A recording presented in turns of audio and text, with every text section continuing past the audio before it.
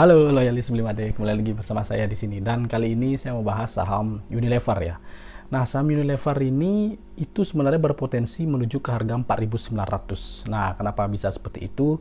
Sebelumnya saya mau bahas untuk dari laporan keuangan dan juga dari fundamental ya.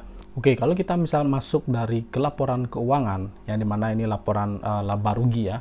Secara Q on Q pertama 2023 pendapatannya menurun ya, turunnya 2,15%.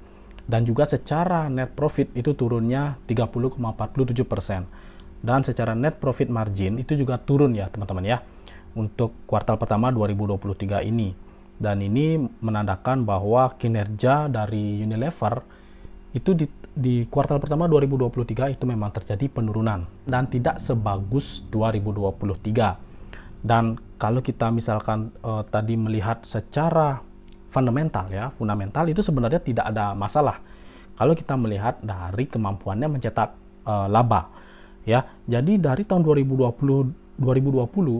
Unilever masih konsisten menghasilkan laba dan juga konsisten dalam membayarkan dividen ya. Dividennya juga bervariasi ya, ada yang 99,47%, kemudian 99,34%, dan yang 2022 itu 48,94%, hampir 50% dari EPS yang dihasilkan. Dan ini secara fundamental sebenarnya tidak masalah, tetapi teknikal tidak berkata seperti itu. Ya, kenapa teknikal tidak berkata seperti itu? Karena terlihat di sini dari tahun 2018 ya, itu harga sahamnya sudah turun dari harga 11.000 ke sekarang 4.900 ya. 4.500 teman-teman ya. Berarti turunnya sudah sekitar 61%. Itu secara teknikal. Ya, kalau teknikal turun sedalam itu berarti yang pertama fundamental bermasalah, yang kedua euforia dari tahun-tahun sebelumnya itu terlalu tinggi sehingga kembali menuju ke harga wajar.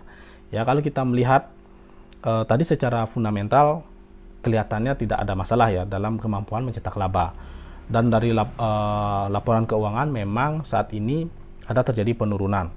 Ya, kalau kita melihat juga dari polanya dalam menghasilkan laba dan juga dari pertumbuhannya, itu 2019 penurunan, 2020 peningkatan, 2021 penurunan lagi, 2022 peningkatan lagi, 2023 penurunan lagi. Jadi polanya seperti itu, tetap ya, habis naik turun, habis turun naik gitu loh.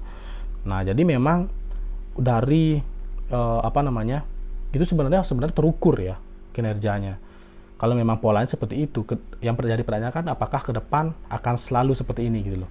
Kalau misalkan harganya pola dari pertumbuhannya tetap ya seperti ini, naik turun turun naik, ya harganya mungkin nggak akan kemana-mana ya, ada di kisaran 4.000-an terus ya, 4.300 sampai 5.000 lah itu ya kalau ke depan seperti itu. Dan kenapa bisa ke 4.900 nanti kan kita bahas secara teknikal. Nah, untuk dari berita sendiri yang menunjukkan tentang prospek Unilever ke depan, di sini ada berita bahwa terjadinya penurunan daya beli. Ya, jadi daya beli itu penurun karena dicurigai konsumen itu beralih ke produk lain. Nah, itu yang pertama. Kalau orang misalkan beralih ke produk lain, ya itu bisa menjadi masalah bagi Unilever. Tetapi kalau misalkan inflasi naik juga seperti kemarin, inflasi naik kemudian memicu Bank Indonesia untuk menaikkan suku bunga, itu juga bisa memicu masalah bagi si Unilever yang dimana bergerak dalam bidang consumer good. Ya, karena bisa menurunkan daya beli konsumen. Ya, bagaimana dia bisa membeli barang dengan jumlah yang tetap apabila gajinya tidak naik, sementara suku bunga itu naik. Ya, cicilannya dia naik sementara gajinya nggak naik, sehingga untuk membeli bahan-bahan pokok pun pasti akan ada terjadi penurunan. Nah, jadi itu juga bisa menjadi salah satu faktor penurunan daya beli selain orang sudah beralih ke produk lain, karena kompetitor kan pasti akan selalu ada gitu loh. Jadi dua hal ini ya. Oke, jadi selama inflasi tidak naik lagi dan juga mungkin Unilever bisa improvisasi dan juga bisa meningkatkan kualitas dan juga bisa menambah portofolio brandnya, ya penurunan daya beli itu mungkin masih bisa ditanggulangi ya sehingga kinerjanya bisa lebih membaik di kuartal kedua 2023 dan selanjutnya. Oke, kalau kita melihat secara teknikal itu sebenarnya kan harga sahamnya tadi sudah disebutkan turun ya, 61% dari 2018 ke 4.900. Jadi kan faktornya hanya dua, karena fundamental menurun ataukah euforia yang terlalu tinggi dari tahun-tahun sebelumnya. Kalau kita melihat di sini, teman-teman ya, itu dari tahun 2010 itu sebenarnya kan naiknya ganas ya untuk Unilever ini. 2009 April itu adalah titik awal kenaikannya dari harga 1.565 sampai di 11.000 di tahun 2018. Nah, pasti di sana banyak terjadi euforia. Salah satunya adalah yang Sariwangi diakuisisi oleh Unilever, ya, pabriknya dibeli oleh Unilever. Nah, jadi sebenarnya Unilever itu secara bisnis dia luas ya, luas karena bisa akuisisi brand-brand yang mungkin dirasa bisa masuk menjadi portofolionya dia, jadi tinggal diakuisisi. Jadi dia tidak susah payah membangun SOP, kemudian juga membangun branding, kemudian juga research and development produk. Dia tinggal beli saja sudah jadi loh. Tinggal bagaimana dia marketingnya dan brandingnya supaya si konsumen ini tidak beralih ke produk lain. Ya, jadinya biar tetap menjadi top of mind di masyarakat. Jadi tugasnya Unilever hanya seperti itu.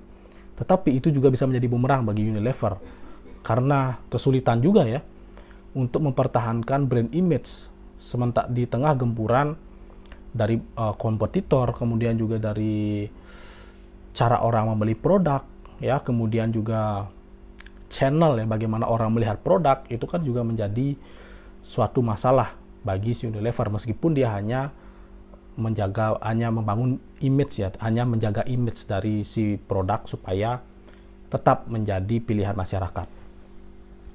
Dan itu juga membuktikan kenapa dari 2010 ke 2018 itu ternyata harganya ketinggian. Karena kalau kita melihat data fundamental dari 2019 ya, itu sebenarnya tidak ada masalah karena kemampuan cetak labanya tetap, kemudian juga membagikan dividen juga tetap. Ya, sebenarnya tidak ada masalah. Berarti ini adalah euforia dari 2010 ke 2018 adalah euforia yang dimana menyebabkan harganya menjadi ketinggian dan tidak wajar. Ya, dari 2018 sampai sekarang 2022 tepatnya ini ya, di tanggal 20 April 2022 itu sebenarnya sudah mencapai titik kewajaran. Karena harganya hanya nompleng di sini aja ya.